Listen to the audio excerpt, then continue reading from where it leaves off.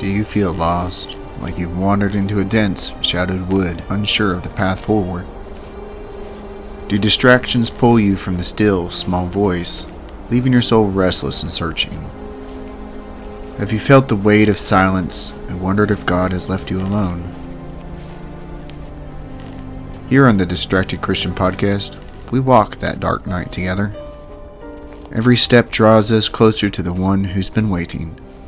His love is the light that guides, His grace, the compass that never fails. Welcome back to Fresh Ground Theology. I'm David Ryan, and I'm here with my co-host Nate. We're taking a break from our normal format of a topical series. Today, we're interviewing my Pastor Ken Kirkley. The main focus of what we'll be discussing is going to be depression and mental health within the church and Christian life. One of the things my wife and I really appreciate and love about our church is the acknowledgement that mental health is a real thing. Yeah, and well, I don't go to the same church you do. My pastor, which hopefully someday we'll have on this podcast as well, he's also open about his mental health struggles as well. And I find the church is really at its best when we are honest about mental health, when we're grappling with the struggles that people are having, and then just when we walk with them through their pain. And it's more than just, slapping a Bible verse on something and, and telling somebody just to pray more. Bible verses help, prayer does help, but there's a lot more going on. And a lot of it's about that shared experience from a pastor, and that experienced pastor coming and walking beside their church members in the congregation and shepherding them through trials. And that's why we have Ken here today. And so, Ken, thanks for coming on. We appreciate it. Glad to be here. Thank you. So, Ken, would you like to introduce yourself and tell the audience a little about you? Oh, sure. Married 50 years, just back in August, and Congratulations. two grown children, one who lives in the Middle East and one who lives in the panhandle of Florida, and two grandchildren, and they're getting old, so I must be getting old also. I don't know. You don't look it. I'm that ripe old 70 now, so yeah. But the Lord called me to preach when I was in my early 20s, and I ran from it for several years. And about the age of 30, I finally said, okay, that's enough. And moved here to the upstate and enrolled in school at Fruitland Bible College, and then from Fruitland to Gardner Webb, and Gardner Webb to North Greenville. And been in ministry as a youth pastor, director of missions for a local association of churches. Yeah. And since I retired, I'm back as a pastor of a smaller membership church where David and Sarah are members. And so God's just allowed me to have a lot of different experiences, and grateful for each one of them. That's pretty awesome. Well, so it's at this point we usually do our coffee tasting. All right. Yeah, we're joking around beforehand. You roast your own coffee. I do. Yeah. And we'll let you share about that. So the coffee in a minute, but we've got a new experience for us today. This is the Fresh Ground Theology coffee called the Laity that we haven't tasted before. And it looks like it's about a light medium roast with bright citrus and melon. Apparently that's supposed to be in it. So let's give it a little sip here and see what we think about this coffee. I've already been sipping on it. I didn't wait. I've been exercising some I'm going blank on the word I want. It's been hard to remember that one for spring. I didn't. It's been a long day at work. I just went for it. It's quite good. Yeah, it's good coffee. What do you think there? I think it's a little more than just a light medium, though. It's to me, it goes a little more toward the darker roast side, and but a good flavor, and really more of a dark chocolate or type flavor than any citrus. I didn't really. Yeah, that's and I tell people flavor notes for coffee is like flavor notes for wine. I mean, everybody has different palates, and the flavor notes are not always there for everyone. And main thing for me is it good coffee? Yeah, I don't care what the flavor chemistry. Yeah. If it's good coffee, yeah. I don't care what the flavor notes may I'm be. thinking if I had done it in like regular drip brew, coffee roaster. It would have probably been a bit lighter. Yeah. But since I did the French press, which is what we normally do for this. Yeah, French press like a little bit stronger, bolder. Yeah, but it is pretty good. Yeah, you're right. Definitely on the darker end of things. Yeah, it is definitely better than off the shelf grocery store coffee. Well, I was debating Folgers over this for this episode, Maybe for a future episode, we'll do a surprise guest.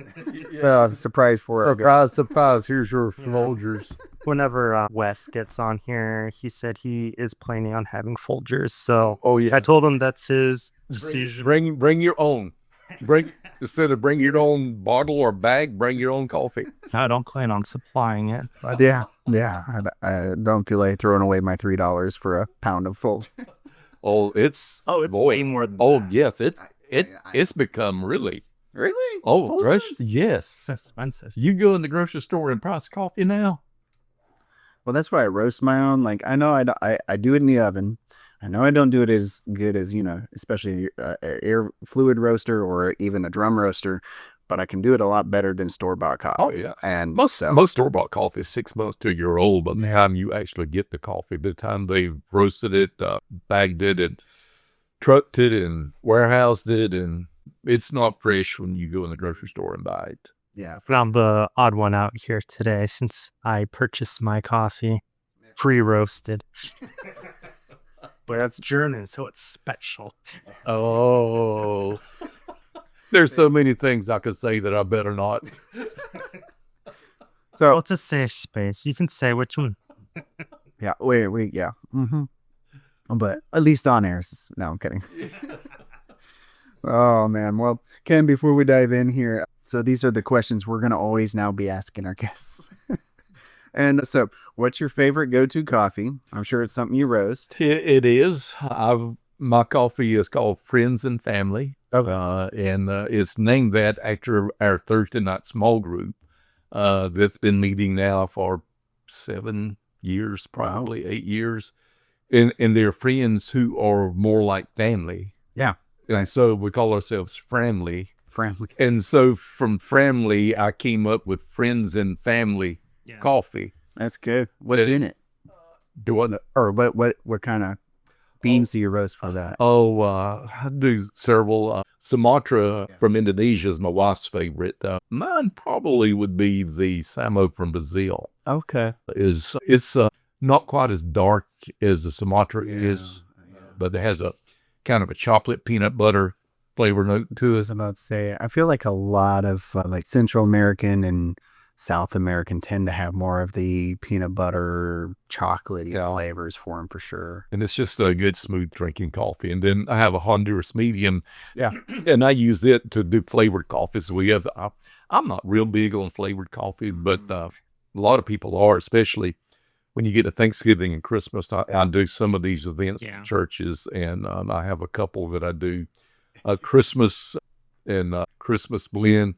Yeah, I can't remember the names of them right now because that's about the only time I do them. What sort of flavors do you put in that one? One of them is like a cinnamon brown sugar high flavor. One is kind of like a peppermint mocha flavor. And those sell really good when you get into Thanksgiving and Christmas. About once a year, I think, maybe I'll try this random flavored coffee. I'll buy it. I'll make up like 1 cup and, well, that's good for me. And then I never touch it again. I did stop buying flavored coffees because I remembered I don't like it. I'm not going to waste my money. There was like, I do one snickerdoodle. It's like a snickerdoodle cookie, and it's really good. See, that sounds. I have the chocolate raspberry one that I do. Yeah. So I used to roast with the coffee like cinnamon, like actually get cinnamon. I started off doing that. I had a little recipe that I found online that had cinnamon and cardamom and 2 or 3 other things. And I would mix all that together and then put it in the roast basket with my drip roaster. And it was really good. Yeah. But it was a little aggravating. Yeah. To do. Yeah. But and that was my first flavored coffee that I did, was just finding that recipe online. So outside of stuff that you roast yourself, if you had to buy coffee, whether it's from a grocery store, which I imagine you would never do, or a local roastery or coffee shop? Is there like a backup type coffee you would? Well, Little River Roasting in Spartanburg is where I used to buy coffee from until I got into roasting it myself. Okay. And Little River has always had a good product. That's great. And it was just out of the way to go down there from the house to get it. And then when I started roasting myself, I'm like, I'm not going to go down there to get it. Because we keep about 5 different roasts in our pantry at all times. So each day of the week, we're usually doing a different roast of coffee. It does sound really nice. So, yeah. I just buy from Sweet Maria's, and then I try to buy like maybe 2-3 pounds, and then I'll roast that one. And because, they're in California, and so it's a flat rate shipping. It's, $9 for shit. Yeah. So and you get up to 20 pounds. So I order 20 pounds and we're good for 3-4 months. And then that's what I do. Yeah, I ordered some from Sweet Maria's, some from a place up north. I can't think of the name of it right now, but majority of what I order from Genuine Origin, and I order in 65-pound boxes. Yeah. And they always have free shipping, which is a big deal because, like you said, 9 meals ship a little bit of coffee, and I can ship 5 bags for the same price I can 1 bag. Right. Yeah. I mean, the post office doesn't really care that it's just 1 bag. And so I tell people, best bet is to order multiple bags. Yeah. For sure. You get a lot better price on it that way. Yeah. And you do like K-cups and stuff as well? I did, and it's just a lot of trouble. Okay. Yeah, I bought a measuring machine and bought the cups and all of that. More hassle than it's worth. Yeah, to make it worth my time, I'd have to charge way more for it than I would ever want to charge. And so Yeah. I might do some for us personally, but I did some sale for a while, and I'm like, no, this is way too much hassle for what I'm making off of it. Yeah, I hear you. So, all right. So first question, what's your go-to coffee? And the second question is, what is the most spiritual reason that you can think of for drinking coffee? Well, I just like it. I hear people saying, well, if I don't drink it, I might kill somebody. If I don't drink it, I might do whatever. Yeah.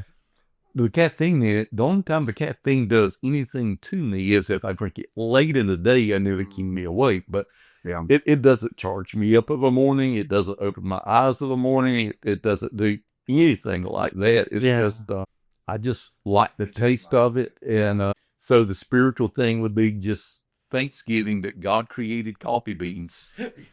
And somebody somewhere figured out water, bean, and heat. There you go. Makes coffee. I don't know how we figured it out. So somebody just said, let me try this. Yeah. And I'm glad they did. But no. Definitely. Yeah, definitely. That's the way. I think, I think probably it was one of those, how the Jews, how you say that there's, there's the written law, the written Torah, and then there's the tradition that was passed down by the elders that probably came straight from Moses. Yeah. How to do coffee. So. Yeah, we'll go with that anyway with that. I don't know if Adam and Eve had any or not. I was Noah. It says vineyard and wine, but It was probably coffee. it was coffee. Sure. Yeah. I don't need to cite any of those sources. Well, thanks for sharing about your coffee. Me and Nate could talk about that with you for a very long time, but we won't subject you to that. So we're going to shift gears to the topic at hand here. So you've spoken about your journey with mental health, and you've mentioned in conversations and sermons about your own struggles with mental health and depression. Could you tell us a bit about that? Sure, be glad to. That's one of the desires I had once I knew that I was dealing with it, was that I'd be able to share with others and hopefully be an encouragement and a resource to them. But I guess officially mine would go back to Easter weekend of 2002.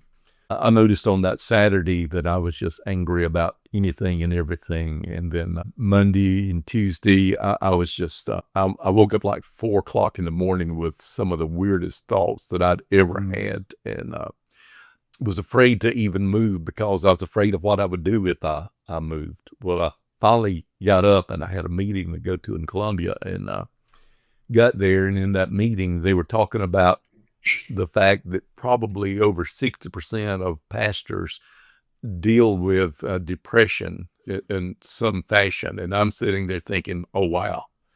Well, I come back home and driving back up Interstate 26, I finally said, okay, I'm just going to call my doctor, my medical doctor. And so I called him and got an appointment for later that week, and went in and talked with him, and went through a series of questions and stuff. And he looked at me and he says, if I told you that I've got some medicine that would help you, would you take it?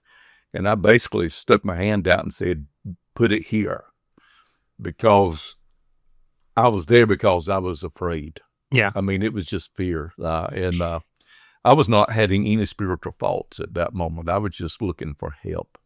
And when he said, I've got some medicine that can help you, then I said, okay. And so he put me on the medicine. I called my pastor at that time and talked with him, and he shared with me about a Christian counselor there in Duncan that was out of Duncan First Baptist. And so he got in touch with him. I set up an appointment, and I went and met with this counselor.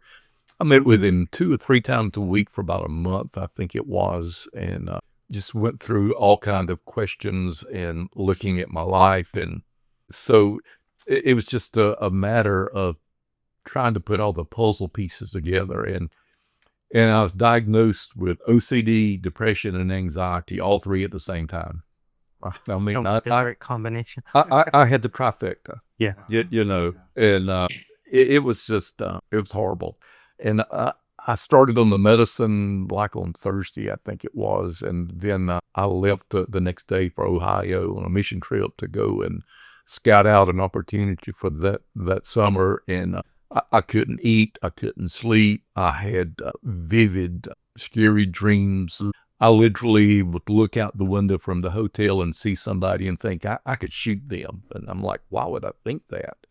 Or I can meet somebody in the hallway and I'd be afraid of violence, but not from them, but from me. And so I was there from like Friday until Monday, and just miserable. Preached twice while I was there. Yeah. And just trying to survive. And finally made my way back home on Monday, and it was a long process of healing. This wasn't in our questions, but it's how do we go? Do you think any of that was like oppression type stuff? Like it sounds like the intrusive thoughts. I had a pastor to ask me that. Did I feel like that it was an attack from Satan? And I'm like, I really can't say if it was or wasn't. I just know we live in a fallen world, and that sin is a reality. And I believe the scriptures teach that we can have demon possession, demon oppression. But was that part of it? I would be afraid to say either way. A lot of mine went back to my childhood. I was sexually molested multiple times by my good church-going uncle that lived right up the road from us. Went through some horrible issues, never told anybody, never talked about it. The counselor was the first one that ever heard anything about it from me. And that became a part of my testimony then. I went home and shared with Rhonda. I had never told her, never told the kids. And that, and being a workaholic, I mean, I was already a pastor, but I didn't take time off to go play golf or go fishing, go hunting. I took time off to go bush hog or mow, work in apartment complex. Can be therapy. Oh yeah, now I love my time on my track. Yeah. Yes. I'm with you on Yeah, that. yeah. I love the bush hog. But when the wife says, you got to go mow the field, like, okay. Yeah, beat me. Yeah, I'll go. But I was working for a real estate company 2 or 3 days a week, and I can remember laying under a house like at 11 o'clock at night, working on a rotten floor, and just just not taking care of myself.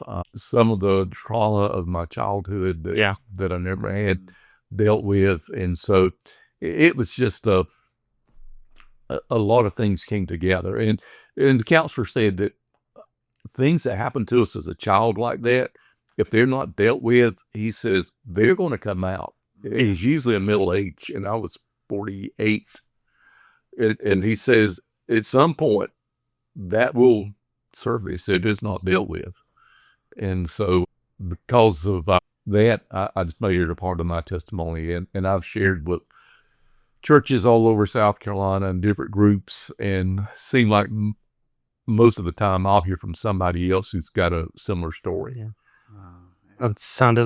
Initially, it sounded like it was kind of a quick onset on that Easter weekend.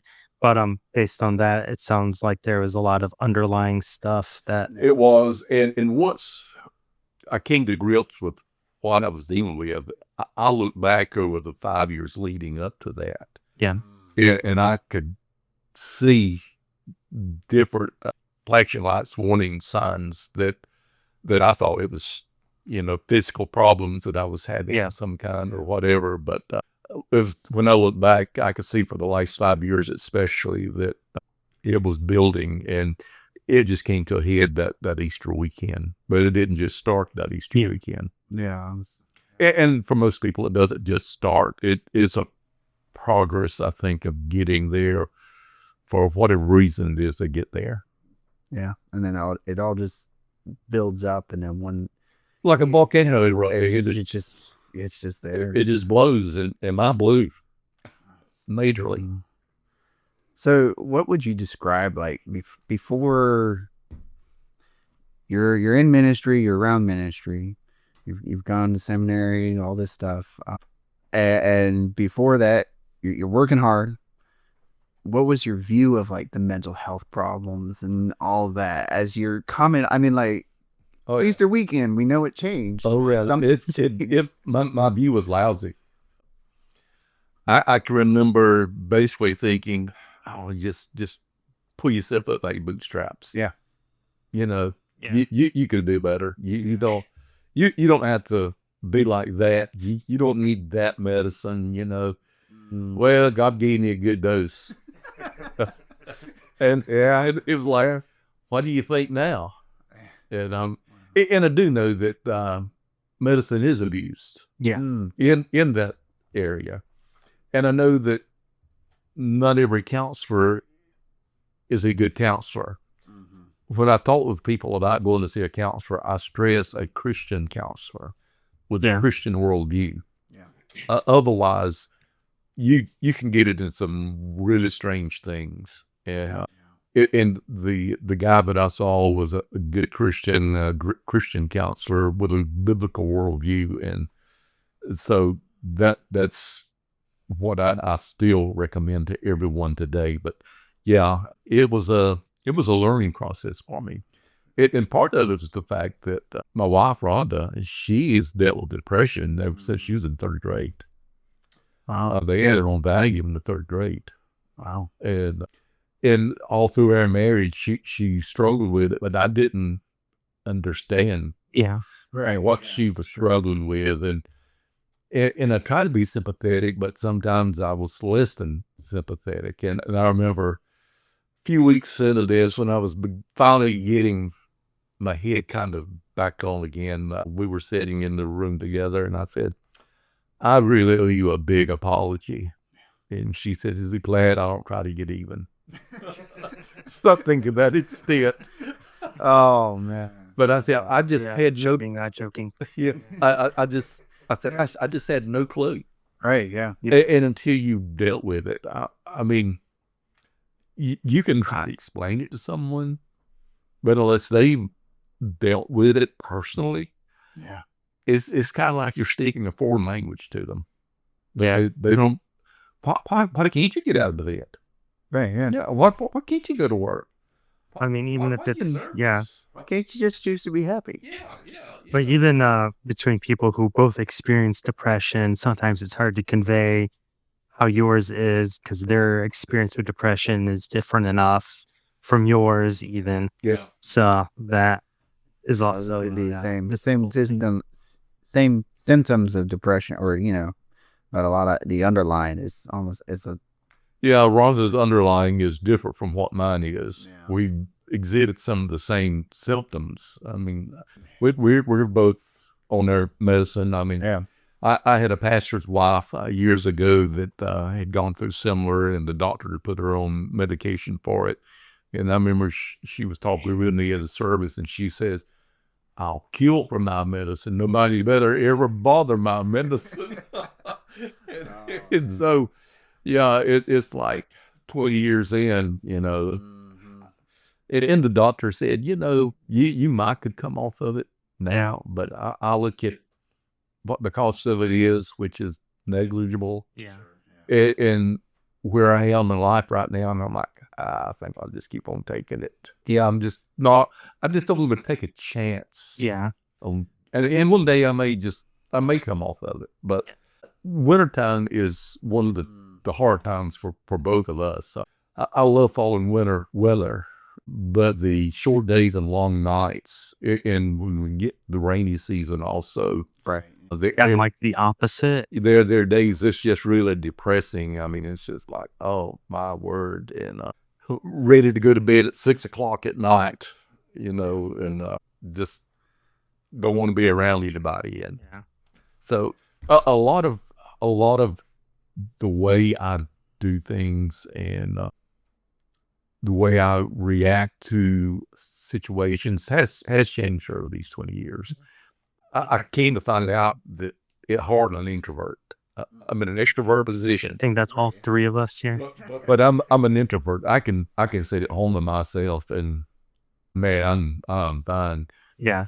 Somebody say, "Oh, we having a big party. We want you to come." It's like like a deer in a headlight. I'm like, Right. and I walk in thinking, how long do I have to stay? Right. Yeah. Looking for a reason to leave, to get life home. And Rob is the same way. Yeah. I try to come up with that reason before I leave the house. Yeah. But sometimes in my Tires, babe. but sometimes in my position, you just Yeah. I know. as I say, you have to suck it up, buttercup, and you just have to do it. But when we look at each other like, we did it long enough. Is time good? Now it is not hard for us to be with a church family. Yeah. Now afterwards, we're touched. Yeah. But it's not hard for us to be with a church family for a meal, for service or whatever. But otherwise, don't invite me to something where people's going to be, and then be a lot of small talk and just who knows what. I'm just like, That is the worst. yeah, I think I'll just stay home if I can. Yeah. And so a lot of things changed. I used to be a late night person. Now I'm 8:30, 9 o'clock. I'm in the bed. Maybe the last time I went to bed that early, I was probably like 10 or 11. Yeah, I used to go to meetings at night.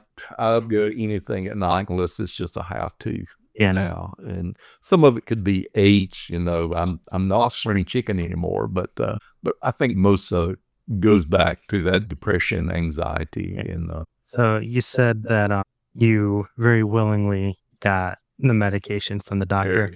Before that point, based on how you described your views of mental health and depression, would that have been something you would have scoffed at before this moment? Like, I wouldn't take that. That's silly.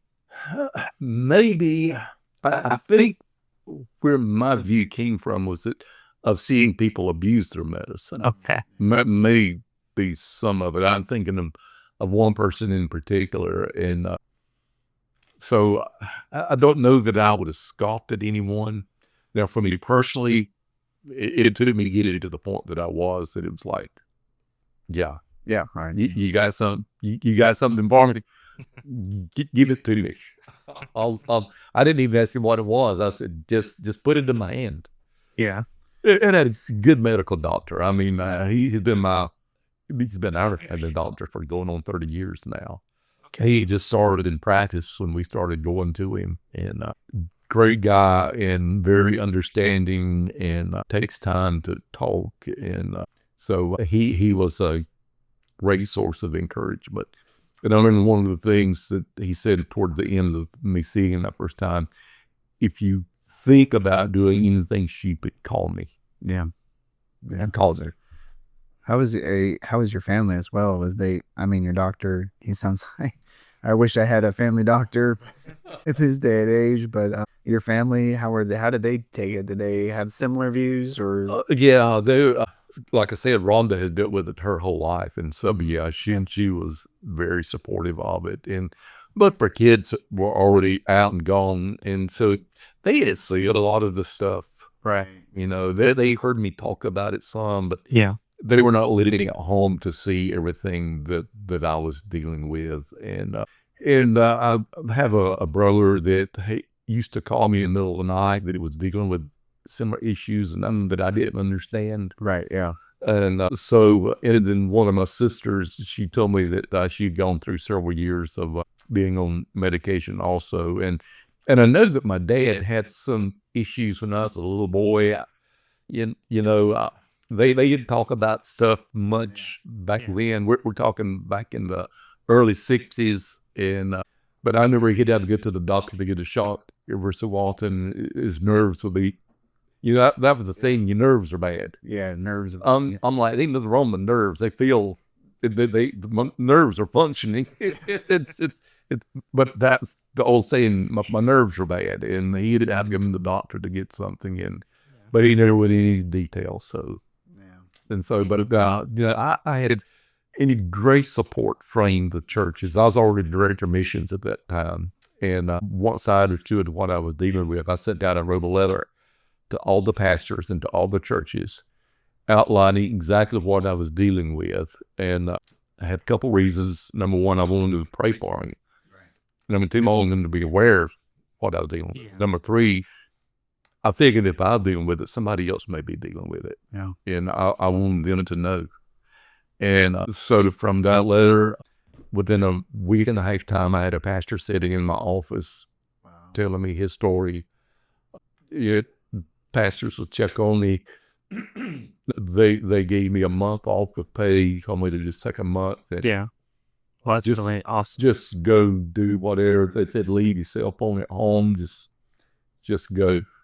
And so how much time passed from that initial Easter weekend to like the point where you're writing that letter to the pastors? And maybe a week, 2 weeks tops.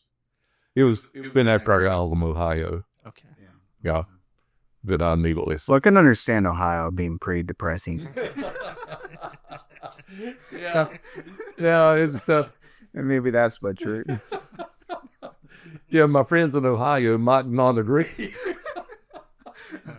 But yeah, it was. Me and Nate have a father-in-law who went to Ohio State, so hopefully he's not. We got The Ohio State? Yeah, the Ohio. Oh, bless. But yeah, it was really early on when I wrote the letter to them. Yeah. And I would go to the office. Well, I took that month off, and then after that month off, I'd go in the office. I might stay 2 hours or 3 hours. And I tell my secretary, I'm done. I'm gone. And I did that for, just 2 or 3 months at least. Just there when I was able to be there. And so I had lots of support from the family, from the faith family, from the churches and pastors of the North Spartan Baptist Association. That's pretty awesome that you were able to have that much support. Like a lot of people, as you know, aren't able to have that experience. And I imagine that helped a lot in that healing process, that God was able to bless you with all that support. Yes, I was very fortunate. Wow. How would you say it? I mean, obviously, physically, you're very, you're only doing 2-3 hours a day after a month, but spiritually, where's your heart at? Where's your spirit? Oh, spiritually, I was still a mess. I probably didn't step foot in church for 3 months. Oh, wow. I would talk to my pastor on a pretty regular basis, and he would always say, you stay home and take care of yourself. Mm. You do what you need to do for yourself.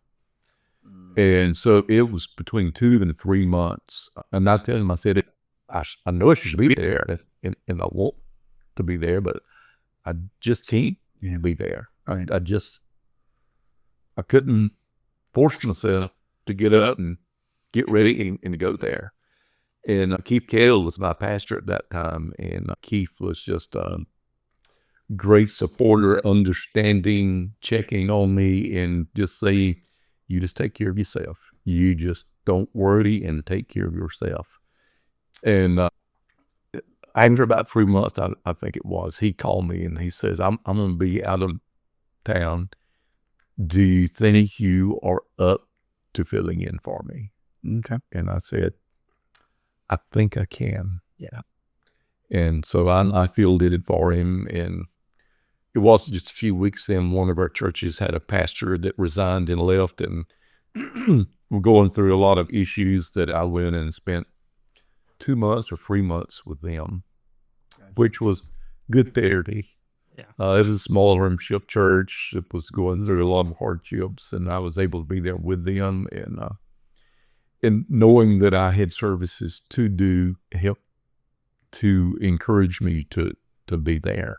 Yeah. And so you had enough time to let your body kind of reset a little bit, and then it's like God called you. He gave you a little task here to see what I'm do and how I would handle it, and from that it was like, okay. And it was probably 2 years before I would say I felt normal, whatever normal is. Yeah, right.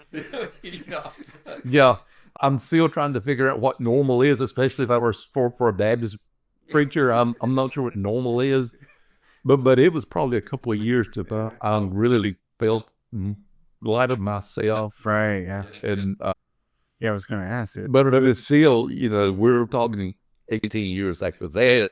There's still the lasting effects on. right? It's not all just Rainbows and you. no. Do you ever have like pretty intense like relapses or anything of that? I've had a couple, but it's been several years now. Okay. And but yeah, I went through a couple of times. It was nothing like the first one, Okay. but they were bad enough. Yeah. I spoke to a group of pastors in a meeting in the middle part of the state, and afterwards, the next morning, they called me down to the front, and I'm like, okay, what is this all about? And I went down front, and one of the men came down, and he had a bottle of oil with him, and he wanted to anoint me with oil, and everybody to gather around me and pray for me that God would deliver me from it. And I appreciated the thought. Yeah. I appreciated the sentiment extremely. But afterwards, I told with the gentleman who was in charge of the meeting, I said, well, that was not exactly biblical. It said it's for you to call for the elders to come to where you are. And I said, number two, I've never even prayed for God to deliver me from it. I'm like, I've prayed for grace to deal with it. But I said, I don't remember ever praying God to deliver me from this. For whatever reason, God chose for me to deal with this. And I said, and everybody deals with something. Yeah. So it might not be depression. It could be a bad heart. It could be cancer. I mean, it could be a horrible family life. But I said, everybody deals with something. Yeah. And he's giving me grace to do so. And so I appreciate the gentleman's thought, but it was contrary to where I was. Yeah. And to what my view was.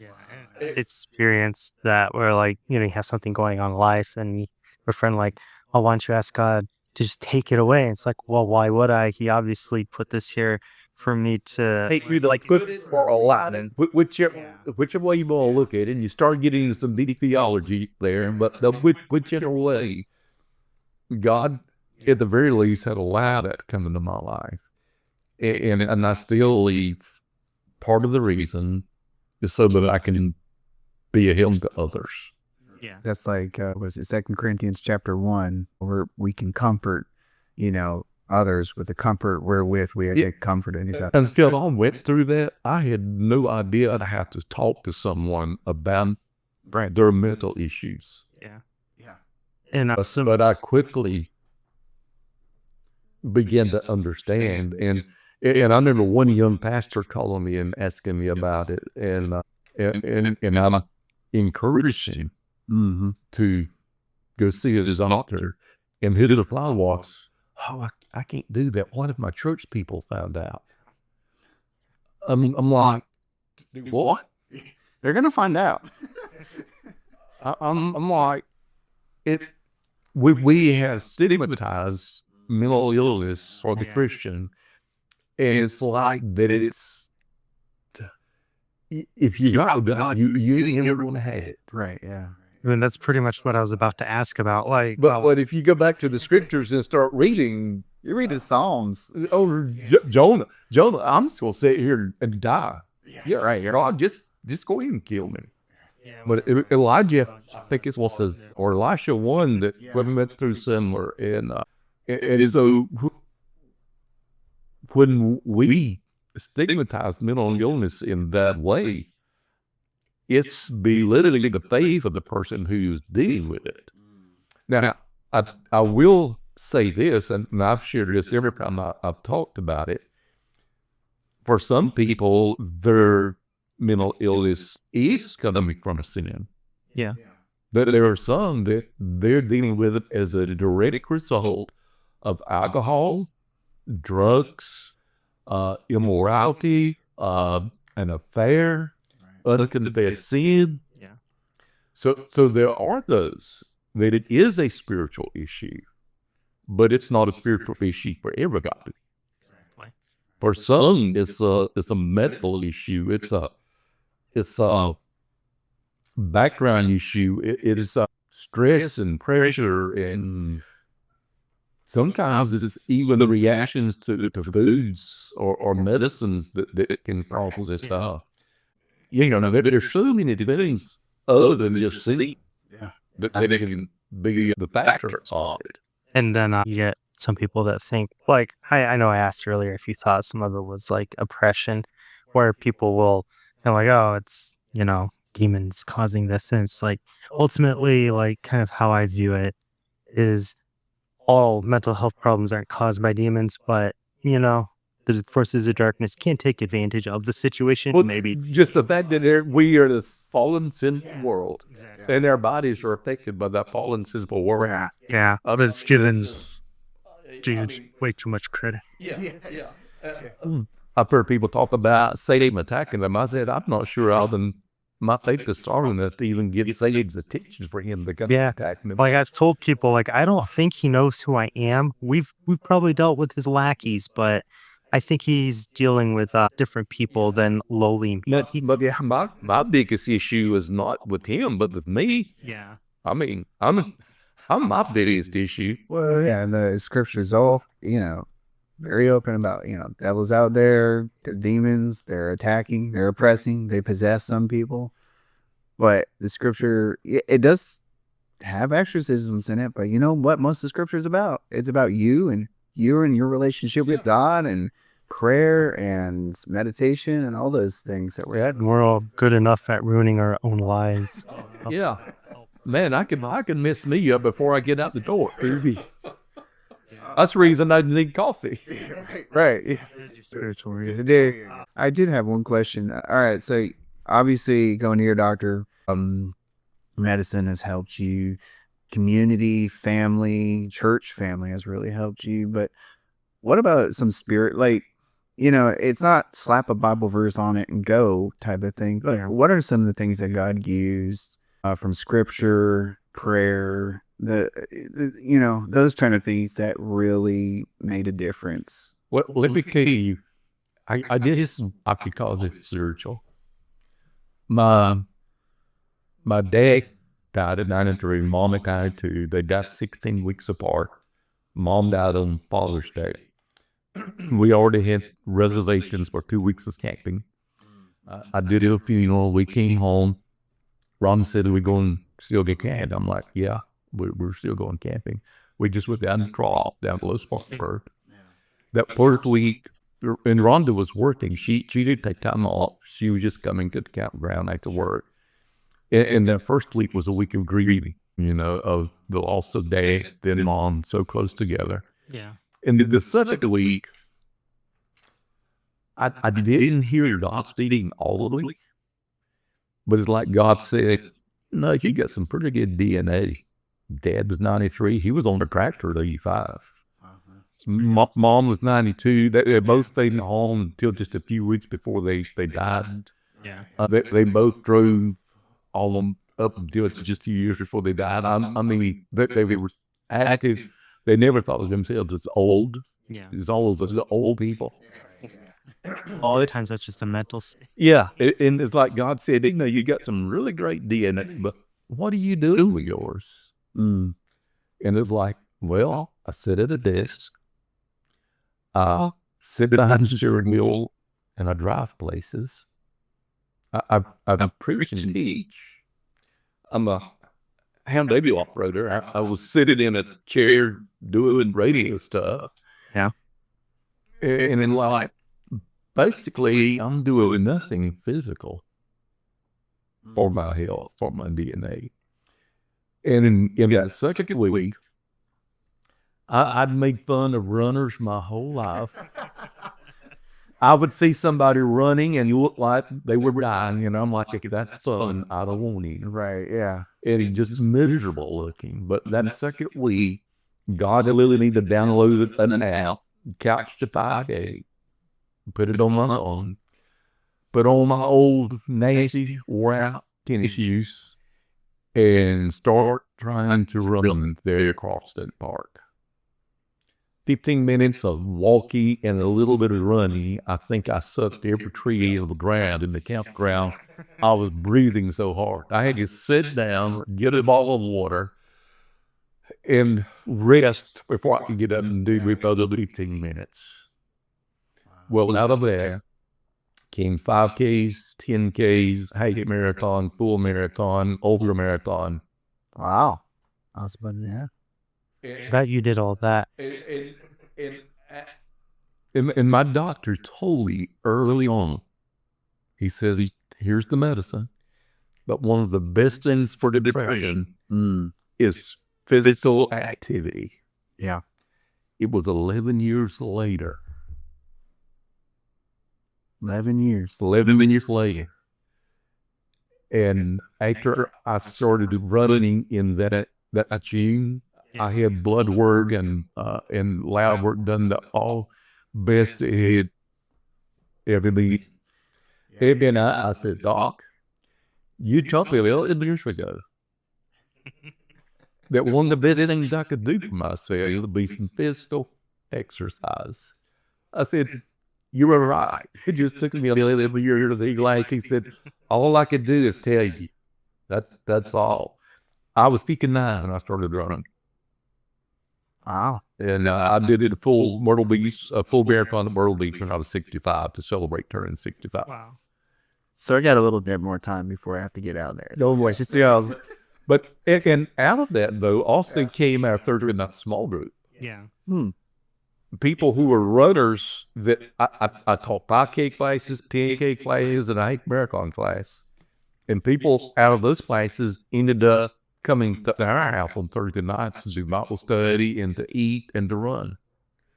And 7 years later, we're still meeting. Most of us aren't running now. There's only a couple who are still actually running. Right. But out of that, relationships were built. Spiritual growth took place to these people. And friends came into a non-conscious line that we would have never, ever met. And all this is just tied up in this depression journey. Yeah. It's kind of crazy how that can happen. Oh, yeah. I mean, it's just hard to put it into words. It's depression, anxiety, and this is bad. Oh, Lord, yeah. But you do come out of it. Yeah. Rapidly. And then we have seen God use it to bring a lot of good into our lives. And so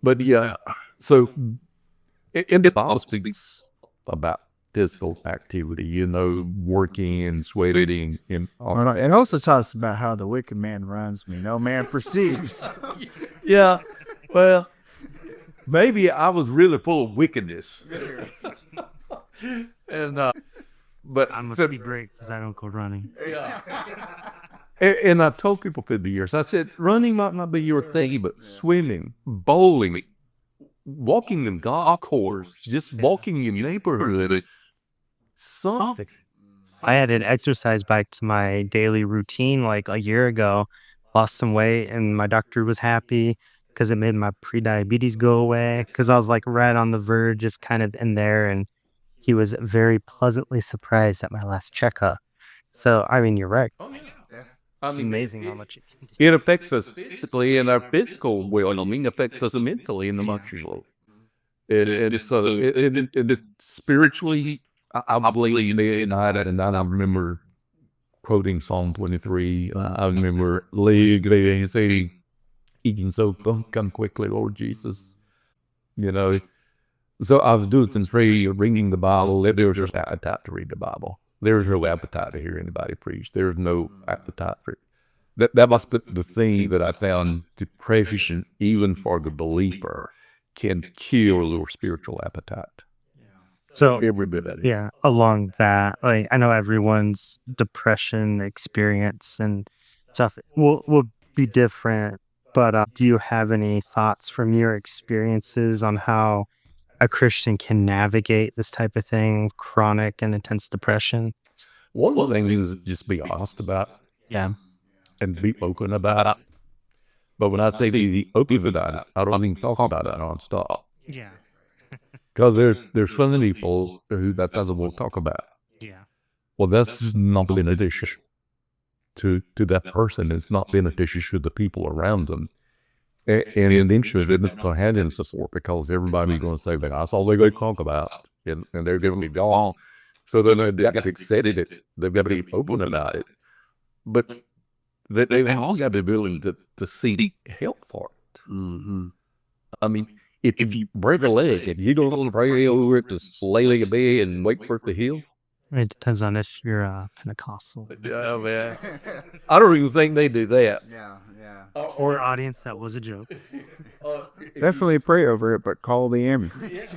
If you have cancer, aren't you going to go see the medical help? Yeah. I mean, if your heart quit ticking, you have heart attack, you're going to go and seek the medical help for that. Right.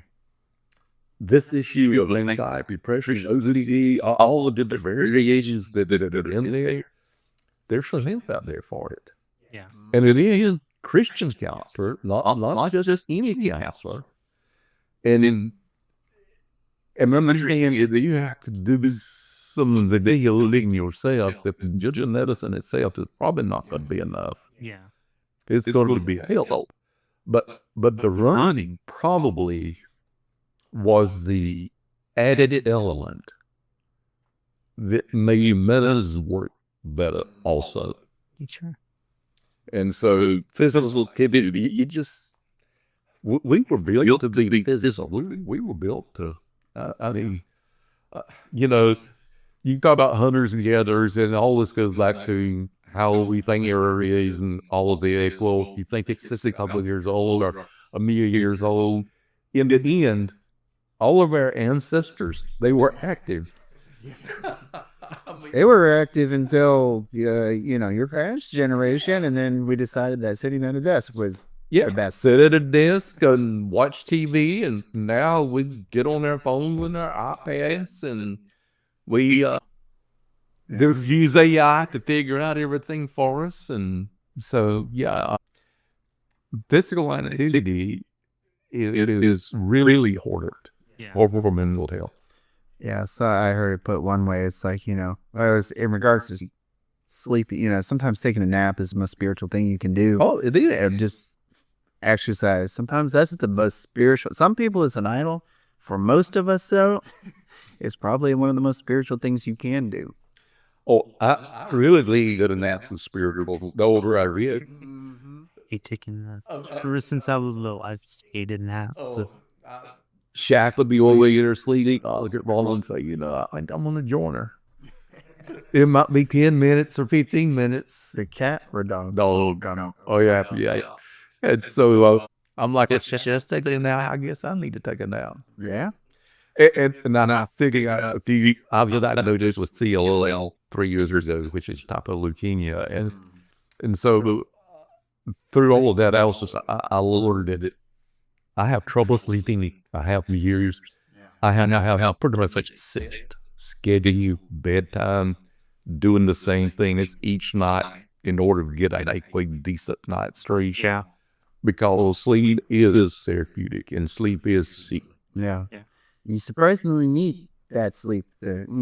Just Unfortunately. happens, but well, I don't have any more questions. Well, I was gonna ask, and I know you've mentioned some stuff throughout this experience that you went through, other than like some of the stuff you've already talked about. Is there like things that specifically have happened that you think God let you go through all this for these reasons, like, helping out the laity and stuff? Yeah, I think that whatever runs into the life of a believer, God had allowed to come for a purpose. Yeah. And one of the purposes is just that we trust Him and honor Him, even time today. Yeah. I mean, 10 years ago, I thought I wanted to do that cancer failed in it. 3 years ago, the diagnosis with CLL. 20 years ago, the onset of depression and all. But I'm still hitting. I still do everything that is if I ever done. It just might take you a little bit longer. I might need to rest a little bit more, but I plan to finish my day tomorrow, finish putting the grills together tomorrow, finish jacking up the sun tomorrow. It's you don't just sit in and quit because something bad comes. Right. Yeah. I mean, that's the wonderful. Yeah. If you study Scripture, Old and New Testament, when problems and difficulties came to the believers, you see them just put their head down and keep going. Yeah. They didn't just sit down and quit. Even though people may not have understood them, they just kept going. And so that's what my plan is I'm just going to keep going. And I mean, everybody deals with something. And what I'm dealing with, well, it's not affecting me a whole lot. So I'm okay with it. Yeah. And it sounds like a lot of these experiences have helped you in being able to relate to other people to help them out. And when you're in the midst of those trial and tribulations, it's really hard to, try to peek out of the storm that you're in to see the benefits that might come. And even though it's really terrible to go through it, it is still, in some cases, very worth having gone through that when other people need that help through those situations as well. I think there's a reason Scripture speaks of going to the elders, the older people, and getting wisdom from them. When COVID 5 years ago, I was a volunteer chaplain at the middle school in Bowling Springs. They called and asked me if I would come and speak to the teachers that Monday morning, because they had no idea what was going on. And so as I spoke to them, I was able to relate them. I was 65 at that time. I was able to share with them life experiences that I had been through, that God was still in charge and was still doing what God could do. And I said, no matter what was it is, God's still going to be God. And in the end, this is going to be a memory mirror eventually. But I said something else will be coming. But God will be with us through all of it. And so the older you become as a believer, the more life experiences that you've had, I think the better equipped you are to share with the younger generation, especially. I just ask them if they're what mind examples are, because a lot of mind examples are so rolling out. And nobody knows what they are. Well, listeners, everywhere, people are people. Yeah. We had different techniques. So yeah, I had to try to come up with some new examples occasionally. I'm like, they don't even know who I'm talking about. I mean, you can't even talk about Michael Jordan hardly anymore. Yeah. We don't talk about basketball enough to know if. But you did know basketball, though. That's a Yeah. man. Brett Favre, I mean, football. Okay. The audience, I do not follow any sports whatsoever. David just works and does this podcast and sleeps. That's about it. So That sounds. breaks of coffee. Yeah, that's implied with the working and the podcast and even the sleeping part. I think one of the most frustrating verses in all the Bible, Philippians, I think it says, where it's God gives us, he gives us, the faith. He gives us faith, to believe in Him. And the next line it says, and He gives us, and He also gives it to suffer for Him too. It's like He gives us faith and suffering. And it's just like, I like that faith part. You could have left off that. There's a couple words there, Paul. And the most abused and misused verse of Scripture is Philippians 4:11. I can do all things through Christ, which strengthens me. And I had to learn that I can do all things which Christ wants me to do. Right. Yeah. I mean, I can't keep life says it before He said it. I take it all in the submarine. I think He did bring structure. That there are things that I cannot do. But people use that verse of Scripture to mean that they can do anything. I can do what God wants me to do. And that He deals with mental health. God gives us the ability to deal with it. And through Him, we can do so. I think that's a really good thing to end on there.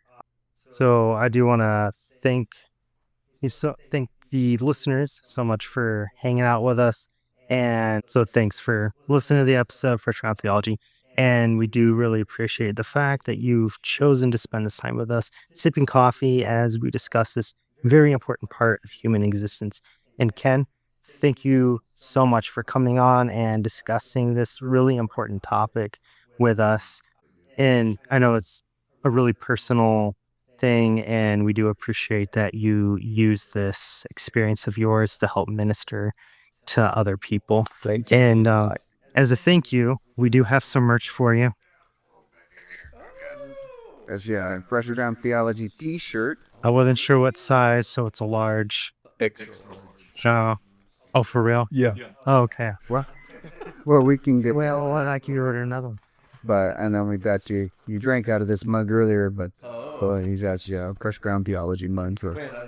I'm calling one with that. Oh yeah, for listeners, I'm drinking out of a mug that says I can do all things through a verse taken out of context. So that one's pretty good. Thank y'all so much. We really appreciate you coming on, and You, Laity here. So back to our listeners here, and if you do want more of what we talk about here, you can go to freshgroundtheology.com or wherever you get your podcasts, Apple Podcasts, Spotify, YouTube, basically wherever your earbuds want us to be, we're there.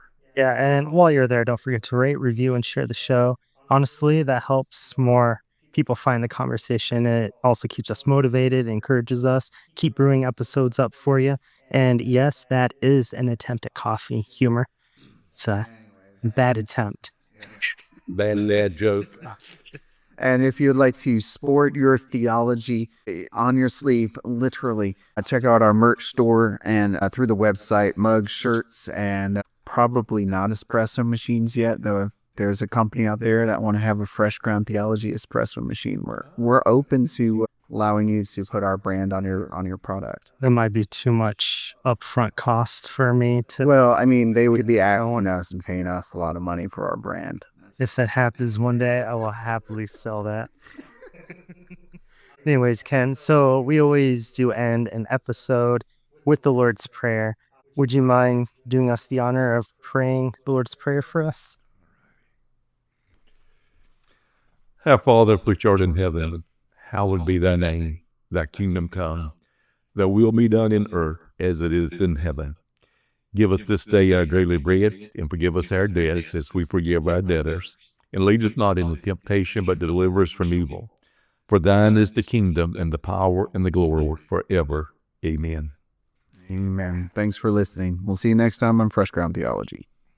Special thanks to Anton Koryakov for today's theme music on the show. Tune in to hear more next time. Thanks for listening.